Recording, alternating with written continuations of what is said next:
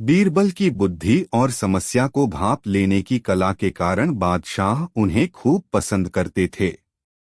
इसी कारण से दूसरे लोग बीरबल से उतना ही जलते थे। इन जलने वालों में से एक अकबर का साला भी था। वो हमेशा से ही बीरबल को मिला हुआ खास स्थान लेना चाहता था। बादशाह जानते थे कि बीरबल जैसा कोई और नहीं हो सकता है।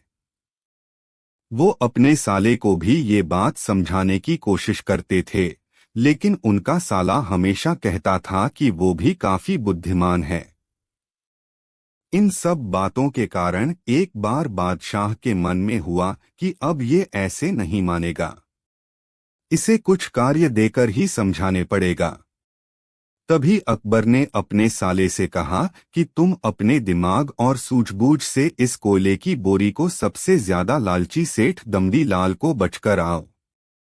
अगर तुमने ऐसा कर दिया तो मैं तुम्हें तुरंत बीरबल की जगह दे दूंगा। यह बात सुनकर अकबर का साला हैरान हुआ, लेकिन उसे बीरबल की जगह चाहिए थी। इसी सोच के साथ वो कोयले की बोरी लेकर सेठ के पास पहुंच गया। सेठ ऐसे ही किसी की भी बातों में आने वाला नहीं था, इसलिए उसने उसे खरीदने से मना कर दिया। अब अपना उदास चेहरा लेकर अकबर का साला महल लौट आया। उसने कहा कि मैं इसे नहीं बेच पाया। इतना सुनते ही बादशाह ने बीरबल को अपने पास बुलाया।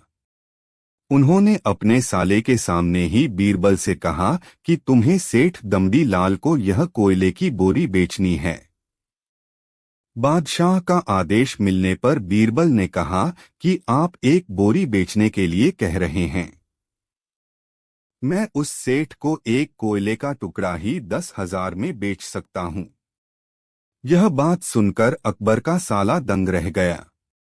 अकबर ने कहा कि ठीक है, तुम एक ही कोयले का टुकड़ा बेच आओ। बादशाह का आदेश मिलते ही एक कोयले का टुकड़ा उठाकर बीरबल वहां से चले गए। उन्होंने सबसे पहले एक मलमल के कपड़े का कुर्ता अपने लिए सिलवाया। फिर उसे पहनकर अपने गले में हीरे मोती की मालाएं डाल लीं और महंगे दिखने वाले जूते भी पहन लिए। इतना सब करने के बाद बीरबल ने उस कोयले के टुकड़े को सुरमा यानी काजल की तरह बारीक पीसकर एक कांच की डिब्बी में डलवा लिया। इसी भेष में वो महल के मेहमान घर में आ गए। फिर बीरबल ने एक इश्तिहार दिया कि बगदाद में एक जाने माने शेख पहुंचे हैं जो जादुई सुरमा बेचते हैं।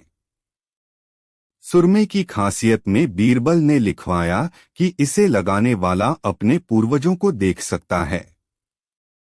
यदि पूर्वजों ने कोई धन छुपा कर रखा है तो वो उसका पता भी बता देंगे।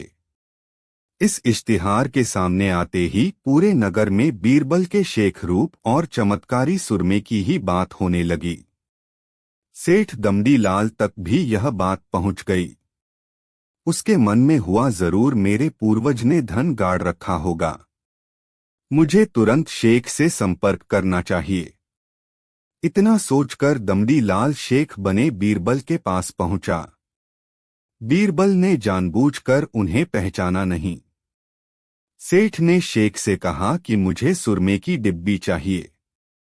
शेख ने जवाब दिया, बिल्कुल लीजिए, लेकिन एक डिब्बी की कीमत 10,000 रुपए है। सेठ काफी चालाक था। उसने शेख से कहा कि मैं पहले सुरमा आंखों पर लगाना चाहता हूं, उसके बाद पूर्वजों के दिखने पर ही मैं 10,000 रुपए दूंगा। शेख बने बीरबल ने कहा कि ठीक है, आपको ऐसा करने की इजाजत है। बस आपको सुरमे की जांच करने के लिए चौराहे पर चलना होगा। चमत्कारी सुरमे का करिश्मा देखने के लिए वहां लोगों की भीड़ लग गई। तब बीरबल बने शेख जोर जोर से कहने लगे कि इस चमत्कारी सुरमे को सेठ जी लगाएंगे। अगर ये सेठ अपने माता पिता की ही औलाद हैं तो इन्हें सुरमा लगाते ही तुरंत पूर्वज नजर आ जाएंगे। पूर्वज नहीं दिखे तो मतलब यह होगा कि वो अपने माता पिता की औलाद नहीं हैं। असली औलादों को ही यह सुरमा लगाने पर अपने पूर्वज नजर आते हैं। यह सब कहने के बाद शेख ने सेठ के आंखों पर सुरमा लगा दिया और कहा कि आंखें बंद कर लो। सेठ ने आंखें बंद तो की लेकिन उन्हें कोई भी नहीं दिखा। अब सेठ के मन में हुआ कि मैंने कह दिया कि मुझे कोई नहीं दिखा तो भारी अपमान हो जाएगा। इज्जत को बनाए रखने के लिए सेठ ने आंख खोली और कहा कि हाँ, मुझे अपने पूर्वज दिख गए। इसके बाद गुस्से में लाल सेठ ने बीरबल के हाथ में 10,000 रुपए थमा दिए। अब खुश होते हुए बीरबल महल चले गए। उन्होंने कहा कि लीजिए बादशाह, एक कोयले के 10,000 रुपए, और सारा किस्सा सुना दिया। यह देखते ही बादशाह का साला मुंह बनाकर महल से चला गया। उसके बाद से उसने कभी भी बीरबल की जगह लेने की बात अकबर से नहीं की। कहानी से सीख: किसी से ईर्ष्या नहीं करनी चाहिए और अपनी काबिलियत को साबित करने के लिए बुद्धि का उपयोग करना जरूरी है। एक बार की बात है, राजा अकबर व बीरबल दरबार में बैठे कुछ अहम मामलों पर चर्चा कर रहे थे। तभी बीरबल ने अकबर से कहा, मुझे लगता है कि ज्यादातर पुरुष जोरू के गुलाम होते हैं और अपनी पत्नियों से डर कर रहते हैं। बीरबल की यह बात राजा को बिल्कुल भी पसंद न आई। उन्होंने इस बात का विरोध किया। इस पर बीरबल भी अपनी बात मनवाने पर अड़ गए। उन्होंने राजा से कहा कि वे अपनी बात को सिद्ध कर सकते हैं, मगर इसके लिए राजा को प्रजा के बीच एक आदेश जारी करवाना होगा। वह आदेश यह था कि जिस पुरुष के अपनी पत्नी से डरने की बात सामने आएगी, उसे दरबार में एक मुर्गी जमा करानी होगी। राजा बीरबल की इस बात पर तैयार हो गए। अगले ही दिन प्रजा के बीच आदेश कराया गया कि अगर यह बात सिद्ध हो जाती है कि कोई पुरुष अपनी पत्नी से डरता है, तो उसे दरबार में आकर बीरबल के पास एक मुर्गी जमा करवानी होगी। फिर क्या था, देखते ही देखते बीरबल के पास ढेरों मुर्गियां इकट्ठा हो गईं और सैकड़ों मुर्गियां महल के बगीचे में घूमने लगीं। अब बीरबल राजा के पास पहुंचे और बोले, महाराज, महल में इतनी मुर्गियां इकट्ठा हो गई हैं कि आप एक मुर्गी खाना खोल सकते हैं, इसलिए अब आप इस आदेश को वापस ले सकते हैं। मगर महाराज ने इस बात को गंभीरता से नहीं लिया और महल में मुर्गियों की संख्या धीरे धीरे और भी ज्यादा बढ़ने लगी। इतनी अधिक मुर्गियां महल में जमा हो जाने के बाद भी जब राजा अकबर बीरबल की बात से सहमत नहीं हुए, तो बीरबल ने अपनी बात सिद्ध करने के लिए एक नया उपाय निकाला। एक दिन बीरबल राजा के पास गए और बोले, महाराज, मैंने सुना है कि पड़ोस के राज्य में एक बहुत की खूबसूरत राजकुमारी रहती है। अगर आप चाहें तो क्या मैं आपका रिश्ता वहां पक्का कर आऊं? यह सुनते ही राजा चौंक उठे और बोले, बीरबल, तुम ये कैसी बातें कर रहे हो? महल में पहले से ही 2 महारानियां मौजूद हैं। अगर उन्हें इस बात की भनक भी लगी तो मेरी खैर नहीं होगी।